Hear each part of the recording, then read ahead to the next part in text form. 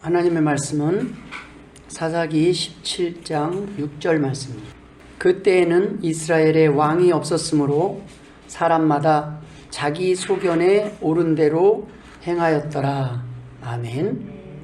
오늘은 평등법을 반대하는 이유라는 제목으로 함께 말씀을 나누고자 합니다. 오늘 평등법에 반대하는 설교를 노예사나 모든 교회에서 하기로 했습니다.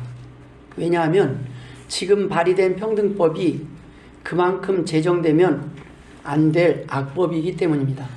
그럼에도 불구하고 평등법이라는 이름으로 마치 모든 사람을 위한 것처럼 그 법안의 진짜 내용을 백성들이, 국민들이 올바로 인지하지 못하도록 그것을 위장하고 포장해서 사람들을 기만하고 있기 때문에 이 사실을 성도들뿐 아니라 모든 국민들이 알도록 정확히 알릴 필요가 있기 때문에 오늘 이 본문을 선택하고 이 시국에 하나님께서 하나님의 백성들에게 원하시는 뜻이 무엇인지 바로 알기를 원하는 마음으로 평등법을 반대하는 여러 가지 이유 중에 몇 가지 내용을 말씀을 기준으로 우리가 함께 나누기를 원합니다. 평등법을 반대하는 여러 가지 이유가 있습니다. 하지만 무엇보다도 하나님의 백성인 성도들이 반대하는 이유는 하나님께서 하지 말라고 명하셨기 때문입니다. 모세오경에는 뭐뭐 하지 말라라는 내용이 많이 나옵니다. 레위기 18장 21절 25절에 너는 결단코 자녀를 몰렉에게 주어 불로 통과하게 하므로 내 하나님의 이름을 욕되게 하지 말라. 나는 여호와이니라. 너는 여자와 동침함 같이 남자와 동침하지 말라. 이는 가증한 일이니라. 너는 짐승과 교합하여 자기를 더럽히지 말며 여자는 짐승 앞에 서서 그것과 교접하지 말라. 이는 문란한 일이니라. 너희는 이 모든 일로 스스로 더럽히지 말라. 내가 너희 앞에서 쫓아내는 족속들이 이 모든 일로 말미암아 더러워졌고 그 땅도 더러워졌으므로 내가 그 악으로 말미암아 벌하고 그 땅도 스스로 그 주민을 토하여 내느니라 라고 기록하고 있습니다. 무슨 말씀입니까? 남자끼리 동침하지도 말고 짐승과도 관계하지 말라는 것입니다. 예전에도 이미 그런 일들이 많이 있었다는 것입니다. 그래서 하나님께서는 그들을 이스라엘 백성을 사용하여 벌하시고 쫓아내셨다는 것입니다. 하나님께서는 그것을 악이라고 분명하게 말씀하셨고 그래서 벌하셨다는 내용입니다. 하나님의 창조의 법도를 거스린 행동이었기에 그들이 더럽혀졌다고 하나님께서는 말씀하고 계시는 것입니다. 하나님이 원하시는 인간의 삶이 아니라는 것입니다. 인간의 성적 기능은 동성끼리나 짐승에게 사용하기 위해 만드시지 않으셨다는 말씀입니다. 남녀 간의 사랑을 위해, 생명을 위해 이 땅에 하나님의 백성 자녀들의 아름다운 번영과 행복을 위해 우리를 창조하셨기 때문입니다. 여러분, 인간을 창조하시고 그 누구보다도 인간이 행복하길 바라시는 우리 하나님께서 무엇인가를 하지 말라고 하셨다는 것은 어떤 것이 인간에게 유익하고 어떤 것이 인간을 불행하게 만드는지 가장 잘 아시는 그분이 우리에게 명하신 말씀이기에 우리가 그 말씀에 순종하는 것이 유익하고 복이 된다는 말씀입니다. 부모가 자녀에게 뭐뭐 하지 말라라고 말할 때는 다 이유가 있는 것 아니겠습니까? 하물며 하나님께서 사람에게 유익하지 못할 것을 명하실 리가 없습니다. 하나님이 하지 말라고 하는 것은 개인이 아닌 국가가 법으로 하라고 정하는 것을 하나님의 백성들, 하나님의 자녀들이 보고만 있을 수 없는 상황인 것입니다. 왜냐하면 우리는 하나님께 등을 돌리고 하나님의 뜻을 무시하고 대적한 나라들과 그 백성들이 그 이후에 겪을 고난을 알면서도 교회가 침묵했었을 때 결국 그 나라가 어떤 위기와 어려움을 겪었는지 잘 알기 때문입니다. 교회는 이 땅에 국가가 잘못된 선택을 하지 않도록 빛과 소금의 역할을 감당해야 할 사명이 있습니다. 우리는 이 나라 이 민족이 복된 길을 선택할 수 있도록 바른 목소리를 내야 할 사명이 있다는 말씀입니다. 두 번째 이유가 무엇입니까? 발의된 평등법은 모두에게 평등한 법이 아니라는 것입니다. 여성을 역차별하는 법이라는 것입니다. 아까 동영상을 보았듯이 그 동영상 가운데서 자주 반복되는 단어 하나가 있습니다. 자신을 여성으로 생각하는 남성. 제가 오늘 갑자기 나 여성인 것 같아 그러면은 여자 목욕탕도 가고 여자 탈의실도 가고 다 갈 수 있는 거예요. 나 여성인 것 같아. 수술을 하지 않아도 자기가 지금 인지를 하는 겁니다. 나 여성인 것 같아. 그러면 여자가 되는 거예요. 그런 상황에서 정말 보호받아야 될 건강한 여성들이 역차별을 받게 됩니다. 누군가를 보호하기 위해서 누군가가 힘든 세상이 만들어진다는 것입니다. 더 많은 누군가를 역차별하는 법이기 때문입니다. 평등법, 차별금지법은 그 명칭과 달리 성소수자를 위한다는 명분으로 다수의 사람들을 역차별하게 되는 악법입니다. 우리는 그나마 다행히도 먼저 실행한 국가들에게서 이 법으로 인해 생긴 부작용에 대한 사례들을 통해 이 법이 얼마나 무서운 악법인지 알고 그 악법이 시행되는 것을 막을 수 있는 기회가 아직은 남아있다는 것입니다. 실제로 미국 코네티컷주에서 자신을 여성으로 인식하는 남성이 여자 청소년 육상 경기에 출전하여 15차례 우승을 독차지하였고, 뉴질랜드에서는 생물학적 성별이 남성인 성전환 자가 여자 역도 경기에 나가서 수차례 우승을 하였습니다. 영국에서는 자신을 여성으로 인식하는 남성이 여자 럭비 경기에 나가서 여성 선수들이 골절상 부상을 당하는 사건이 속출했습니다. 뉴질랜드 오타고 대학 생리학 교수의 연구 논문에서 생물학적 남성이 여성으로 성전환을 한 후에 남성 호르몬 수치를 제한한다 하더라도 남성으로서의 심장 크기, 폐활량, 근육 발달이 이미 이루어졌기 때문에 여성 경기에 출전할 경우 경기 결과의 불공정성이 사라지지 않는다는 사회적 부작용의 과학적 사실을 잘 설명하고 있습니다. 뿐만 아닙니다. 성별 정체성을 이유로 상업 공공시설 공급 이용에 있어서의 차별금지로 인해 자신을 여성으로 인식하는 남성이 여자 화장실이나 여성 탈의실 목욕탕을 이용해도 막을 방법이 없다는 것입니다. 교회는 동성애자나 성전환자의 신학교 입학불허나 교회 직원으로 채용하지 않을 경우 법적 제재를 당할 뿐 아니라 교리상의 이유로 타종교를 비판할 수도 가르칠 수도 없게 되는 것입니다. 캐나다 온타리오주에서는 성소수자 자녀에 대해 부모가 동성애와 성전환을 반대하는 경우 해당 자녀를 부모와 분리할 수 있는 입법이 이루어졌는데, 캐나다의 경우 미성년자 딸의 성전환을 반대하던 아빠에 대해 아빠의 동의 없이 딸이 단독으로 성전환 호르몬요법을 받을 수 있다는 판결을 내렸습니다. 그 법원의 판결에도 불구하고 딸의 성전환을 끝까지 반대하는 그 아빠에게는 법정 모독죄를 적용하여 체포하였다고 합니다. 영국에서는 자신을 남성으로 인식하는 여성이 남성으로 성별을 변경하였으나 자궁을 그대로 유지하였다가 정자 기증 및 인공수정을 통해 자녀를 출산한 후 자녀의 출생증명서에 아빠로 기재할 것을 요구하였습니다. 그러나 영국 대법원은 이 청구를 받아들이지 않았고 자녀의 출생기록부에 엄마로 기재됨으로써 법적으로 남성인 엄마가 출현하게 됩니다. 프랑스에서는 이러한 자들의 인권을 보호한다는 명목으로 학교에서 엄마, 아빠라는 용어의 사용을 금지하였고 대신에 부모 1, 부모 2를 사용하였다고 합니다. 여러분, 황당한 일 아니겠습니까? 이런 세상이 지금 우리 눈앞에 와 있습니다. 지금 이런 세상이 다른 나라에서는 지금 진행되고 있다는 말입니다. 우리나라에서도 국가인권위원회가 성별 정정 시 성전환 수술 요건은 인권 침해라는 결정을 내린 바 있고, 최근 하급심 법원에서 성전환 수술 없이 성별 정정을 허용한 판결을 이미 내린 예가 있습니다. 수술 없이 남성으로 바꿔주고 여성으로 바꿔줬다는 말입니다. 이후 만약 평등법이 제정되면 이처럼 성전환 수술을 하지 않아도 성별을 변경할 수 있는 제도가 도입될 것입니다. 이는 생물학적 성결정 기준의 폐지를 의미하는 것입니다. 게이 커플의 대리모 출산과 레즈비언 커플의 정자기증, 인공수정 출산 및 성전환자 남성의 인공수정 출산도 이루어지고 있는데, 결국 평등법에서 가족 형태를 이유로 한 차별금지는 혼인 및 가족 제도를 붕괴시키는 결과를 가져오게 될 것이 자명합니다. 여러분, 이 땅에서 모두가 평등한 법은 존재할 수 없습니다. 다수를 위한 법은 있어도 모두를 위한 법은 없습니다. 때문에 함께 사는 공동체에서의 법 제정에는 반드시 사회적 합의가 필요함에도 불구하고 합의 없이 강행되는 법 제정은 시작부터 잘못된 악법이요 문제가 생길 수밖에 없는 악법인 것입니다. 그래서 우리는 반대하지 않을 수 없는 것입니다. 세 번째, 평등법을 반대하는 이유는 성소수자를 위한 법도 아니기 때문입니다.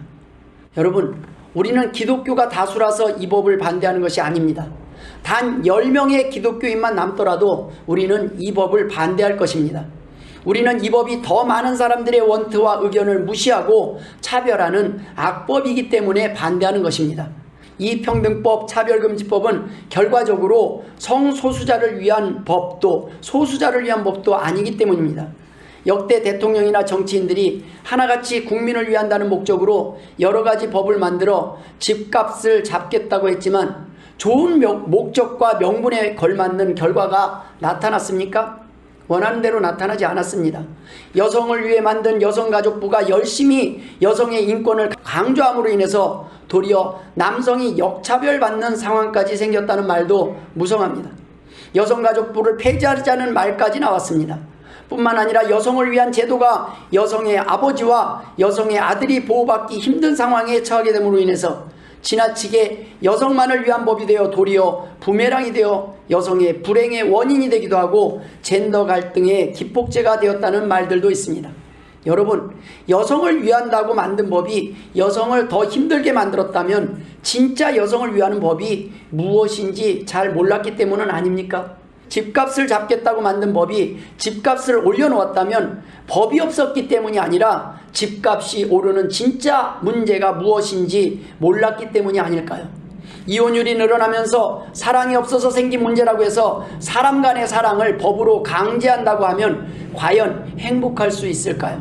소수자들의 진짜 문제는 소수자를 위한 법이 없었기 때문이 아니라 소수자가 행복한 삶을 선택할 수 있는 방법에 대한 근본적인 원인과 해답을 찾지 못했기 때문은 아닐까요? 평등법은 마치 5살, 7살 어린아이들의 인권과 자기 결정권을 보장하기 위해 옳은 선택을 할 수 있는 판단력이 아직 없는 자녀들에게 평등이라는 이름하에 차별금지라는 명분을 가지고 그들이 마약을 하든 운전을 하든 결혼을 하든 차별을 하지 않고 그들이 대통령 선출을 위한 국민투표권까지도 주어야 한다고 주장하는 것과 다를 바가 없습니다. 우리는 모두에게 모든 권리를 줄 수는 없다는 말씀입니다. 어린아이는 아직 어린아이입니다. 아직은 그러한 것들을 판단할 수 없는 사람들에게 권리를 주어주셔서는 안 된다는 것입니다. 여러분, 아무에게나 힘이 주어져서도 안 되고 모두를 행복할 수 있는 법은 없다는 것입니다. 신체 나이가 만 20세를 넘었다고 해도 우리는 정신적으로 올바른 결정과 판단을 할 수 없는 성인 나이로 살아가는 사람들도 여전히 많이 있습니다. 국회의원이라는 자리에 있으면서도 무엇이 옳고 그른지, 어느 것이 악법이고 좋은 법인지, 도대체 누구를 위한 법인지조차 판단하지 못하는 상황인데 모두를 차별하지 않는다는 명분을 내세워 소수만을 위한 법을 제정하고 강행하는 것 그 자체가 모순이 아니겠습니까? 여러분, 평등법, 차별금지법이라는 이름으로 성소수자들을 위해 발의된 그 평등법조차도 정작 그 법이 성소수자들을 행복한 삶을 보장한다고 장담할 수 있는 사람은 아무도 없습니다.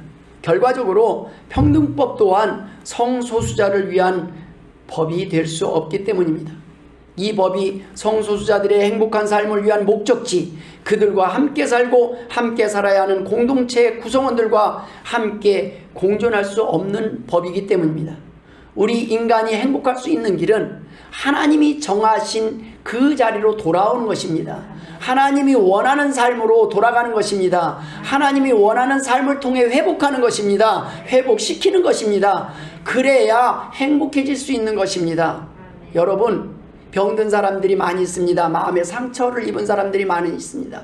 많은 트라우마와 상처로 자기뿐만 아니라 다른 사람들까지 힘들게 하는 사람들이 있습니다. 여러분, 마약에 중독되고 술에 중독되는 이유가 무엇입니까? 그 안에 상처 때문 아니겠습니까? 그러나 그 상처 때문이라고 해서 그들의 폭력성과 그들의 절제 못하는 분노 조절을 절제 못할 때 우리가 그대로 방관하고 있을 수는 없지 않습니까? 그들을 하나님의 사랑으로 치료하고 하나님이 원래 채우고자 했던 그 부족했던 그 사랑을 채움으로 인해서 하나님의 말씀을 통해 회복시켜야 되는 것이 우리의 사명인 것입니다. 그런데 사람들은 사람들의 방법으로, 인간적인 생각으로 그것을 해결할 수 있다고 생각합니다. 법을 만들어서 해결할 수 있다고 생각합니다. 그것은 어디까지나 하나님을 모르는 백성들의 판단일 뿐입니다. 1990년대 초반에 동성애는 선천적이라는 논문들이 나왔습니다. 이 논문들이 2000년대 이후 모두 번복됐습니다. 처음에 동성애자가 선천적이라는 논문이 발표되니 얼마나 놀라겠습니까? 이거는 그러면은 이건 잘잘못으로 봐야 될 문제가 아니라는 것입니다. 그런데 그래서 여러 가지 동성애자나 여러 가지 성소수자들에 대한 관대한 생각들이 생겨났습니다. 그런데 이 논문들은 2000년대 이후 모두 다 번복됐습니다. 2019년 8월 국제연구진이 동성 간의 성관계를 한 47만 7,522명을 조사한 결과 그 누구에게서도 동성애 유발 유전자가 발견되지 않았다고 밝혔습니다. 결국 동성애는 선천적이 아니라는 것을 증명하고 있는 것입니다. 동성애는 선천적이 아니라 후천적인 결과요 선택이라는 것입니다. 선택도 가능할 뿐만 아니라 후천적으로 삶과 환경 속에서 여러 가지 트라우마로 인해서 여러 가지 결핍으로 인해서 상처로 인해서 발현되는 하나의 이상행동일 뿐입니다. 본인이 선택한 삶이라는 것입니다. 자신이 한 선택은 자신이 책임질 수밖에 없는 것이 이 세상사입니다.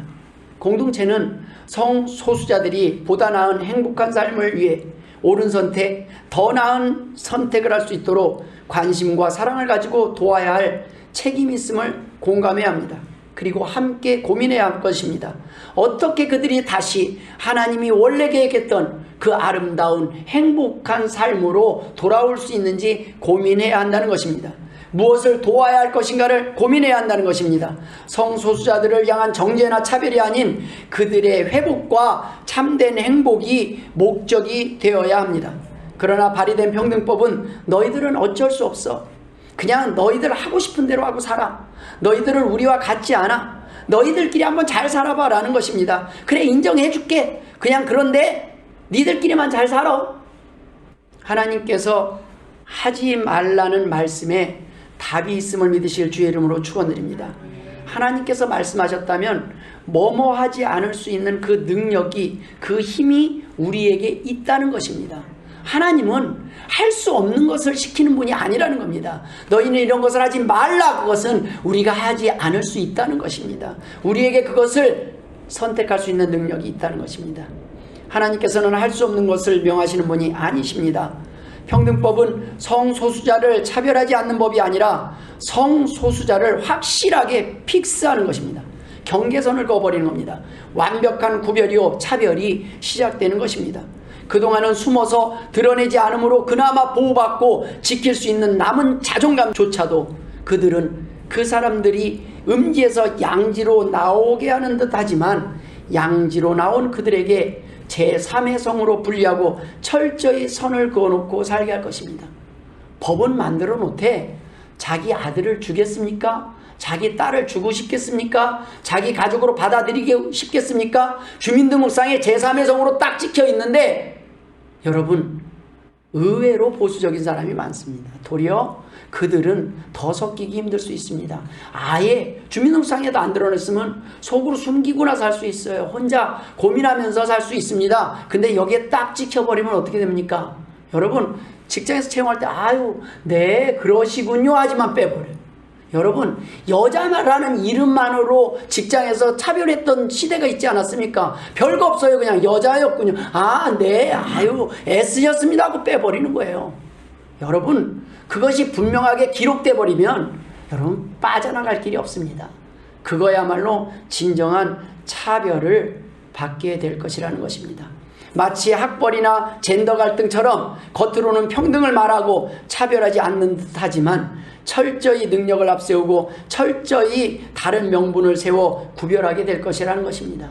왜냐하면 이 세상은 경제 논리에 의해서 움직이기 때문입니다.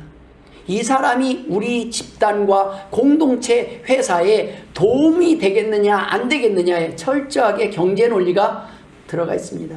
그래서 때때로 여성이라 역차별당하기도 하고 남성이라 역차별도 당하기도 합니다. 여러분, 시대가 어려워지면 직장 구하기가 힘듭니다.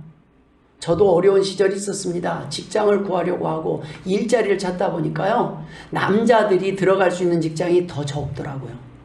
가정에 해당하는 데는 못 가요. 청소를 하고 싶어도 남의 집 방문 안에 들어가는 거 아무나 못 들어갑니다. 여러분, 이젠 세상이 믿을 수 없는 세상이 됐어요. 여자는 다 된대요. 다 웬만큼 힘쓰는 거 아니면. 그래서 남자는 아주 위험한 일 아니면은 없더라고요.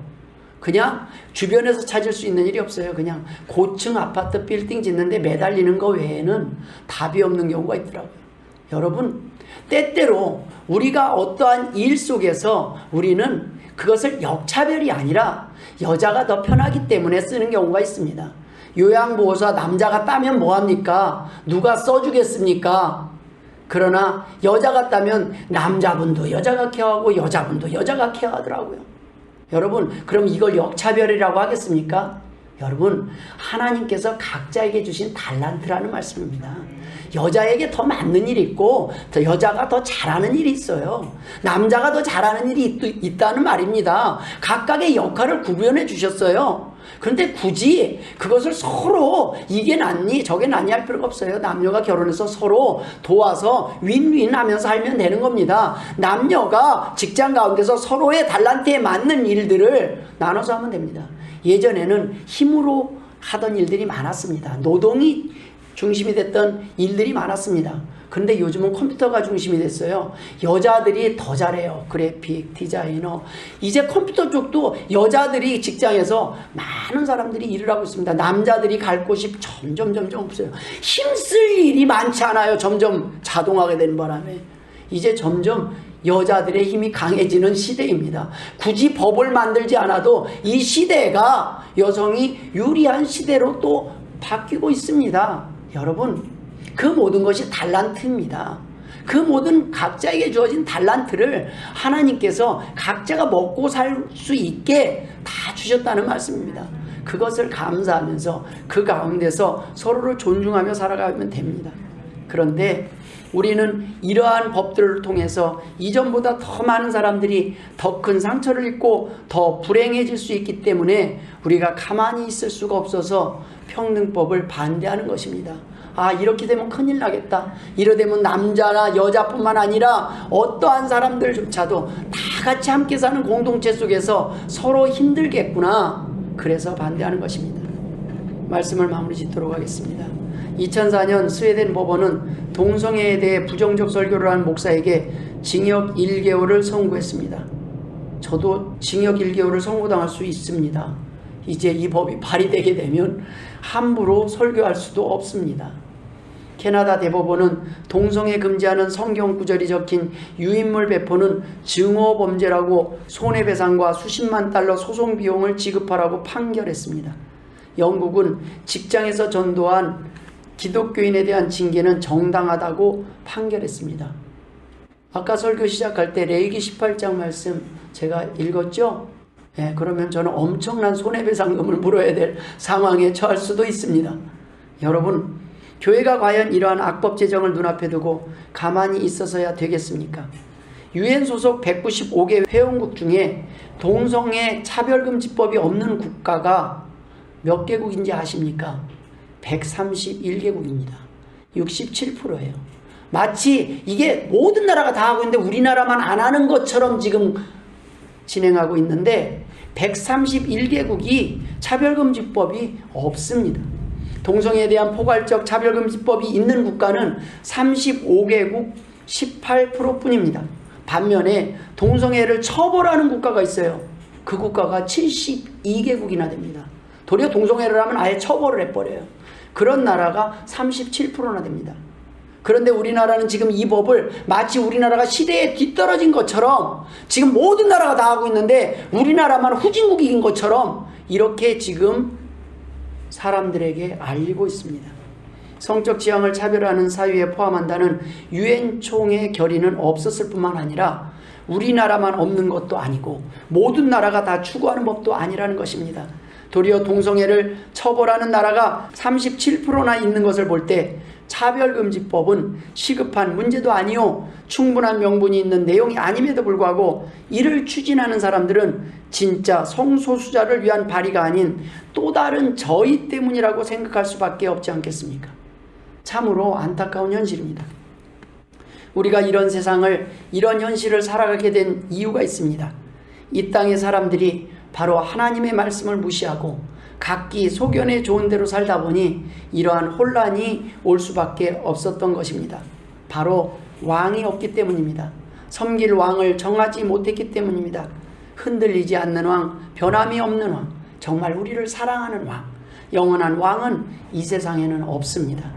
창조주 하나님, 만군의 여호와 하나님을 만왕의 왕으로 섬기지 않고 피조물인 사람들 중에서 왕을 찾고 기대하고 인간들이 세운 왕, 대통령, 지도자, 정치가들에게 나라를, 미래를 맡겼기 때문에 생긴 문제입니다. 모두가 왕이 되려고 하니 모두 싸울 수밖에 없는 것입니다.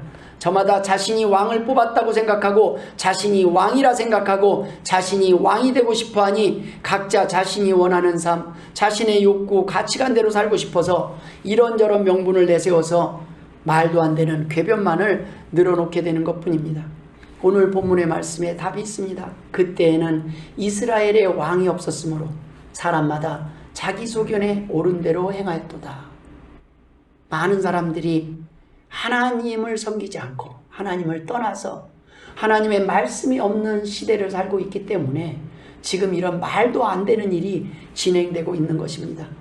이것에도 관심조차 갖지도 못해요. 지금 뭐가 진행되고 있는지, 어떠한 일이 일어나고 있는지 알지 못합니다. 모두가 끝까지 믿고 신뢰할 만한 변함없는 기준이 될 수 있는 왕, 참 하나님이 없는 것입니다. 전지전능한 하나님을 알지 못하니 서로가 자기 주장만 하며 살 수밖에 없는 것입니다. 이것도 옳고 저것도 옳고 이래도 되고 저래도 되고 그 기준이 없는 악법을 평등법이라고 주장하게 되는 것입니다. 일제강점기에 신사참배 강요에 침묵했던 교회들이 이후에 이 나라 이 민족이 동족끼리 서로 총칼을 겨누고 죽이고 죽는 6.25 전쟁을 겪게 되었습니다. 환란 가운데서도 이 나라에 남아있던 하나님의 백성들은 나라가 위기에 처했을 때 어떻게 했습니까? 하나님의 말씀을 무시한 잘못된 사상들, 공산주의에 대항하여 오늘날의 자유민주주의의 기초를 다졌던 것처럼 또다시 순교의 피로 세운 이 나라가 어리석은 몇몇 정치인들의 어리석음으로 인해 잘못된 선택을 할 위기에 처한다면 언제라도 모든 교회와 성도들은 하나로 뭉쳐 다시 한번 십자가를 들고 거리로 나서야 할 것입니다. 그리고 기억해야 할 것입니다. 나라를 팔아먹은 이완용의 이름을 대한민국이 잊지 못하는 것처럼 대한민국의 천만 기독교인들은 순교의 피로 지킨 이 나라를 또다시 위기로 몰아넣는 법을 발의한 정치인들의 이름을 기억하고 다시는 국회에, 정치에 발을 들여놓을 수 없도록 한 목소리를 내야 할 것입니다. 뿐만 아니라 이들이 발의한 법에 동조한 국회의원들과 찬성한 정치인들의 이름도 마찬가지로 잊지 않고 기억할 것입니다. 때문에 우리는 무엇보다도 우선으로 이 악법이 철폐될 때까지 끝까지 반대해야 할 것입니다. 이것은 하나님께서 싫어하시는 악법이기 때문입니다. 여러분, 이러한 일들을 알면서도 우리가 침묵한다면 하나님이 우리의 이름도 기억하지 않겠습니까? 우리가 말을 해야 될 때, 우리가 나서야 될 때 가만히 있는다면 하나님께서 우리의 이름도 기억하지 않겠습니까? 여러분, 우리가 기억하는 그 이름, 백성들을 어려움에 놓이게 할 악법을 만들고자 하며 하나님의 교회를 탄압하는 그 이름을 하나님께서 염두에 두시지 않겠습니까? 모쪼록 이번 일을 통하여 이 땅에 다시는 하나님을 두려워하지 않는 지도자, 하나님을 모르는 정치인들이 세워지지 않도록 우리는 기도하며 깨어있는 성도들이 되어야 할 것입니다. 모쪼록 하나님이 이 땅을 사랑하셔서 순교의 피요로 세우신 이 한국교회를 축복하셔서 우리가 얼마나 잘 살게 되었습니까? 전 세계에서 가장 가난한 나라였습니다. 모든 나라의 원조를 받던 나라였습니다. 그 나라가 지금 얼마나 잘 살게 되었습니까? 얼마나 부강하게 되었습니까? 우리는 결코 잊어서는 안 됩니다. 일제시대의 종교의 자유를 잃어버리고 박해를 받던 그 시대를 기억해야 합니다. 6.25 시절 공산주의의 총뿌리 앞에서도 포기하지 않았던 그 신앙들, 그 순교의 피, 순교자들을 기억해야 합니다. 우리가 어떻게 지킨 종교의 자유입니까? 어떻게 지킨 복음의 자유입니까? 신앙의 자유입니까? 우리는 이것을 다시 뺏겨서는 안 된다는 말씀입니다. 우리는 우리의 삶 가운데서 그리스도인으로서의 삶을 다시 회복해야 합니다. 썩어져가는 이 시대가 썩지 않도록 우리가 해야 할 빛과 소금의 역할을 하는 사명이 무엇인지 알아야 된다는 말씀입니다. 모쪼록 삶 가운데서, 세상 가운데서 깨어있어 승리하는 복된 성도들 되시길 주의 이름으로 축원합니다. 기도하겠습니다. 하나님 아버지 은혜를 감사드립니다. 참으로 복음을 통하여 하나님을 만나게 하시고 또한 이 귀한 복음, 이 행복한 복음을 다른 사람에게 전할 수 있도록 은혜 베풀어 주심을 감사드립니다. 하나님 아버지, 그러나 이 나라가 지금 하나님의 복음을 전할 수 없도록 막는 악법을 진행하고 있습니다. 하나님 아버지, 막아주시옵소서. 하나님 아버지, 입을 열게 하여 주옵소서. 하나님 아버지, 이 땅의 크리스찬들이 깨어 정신 차리게 하여 주옵소서. 감사하며 예수님의 이름으로 기도드리옵나이다. 아멘.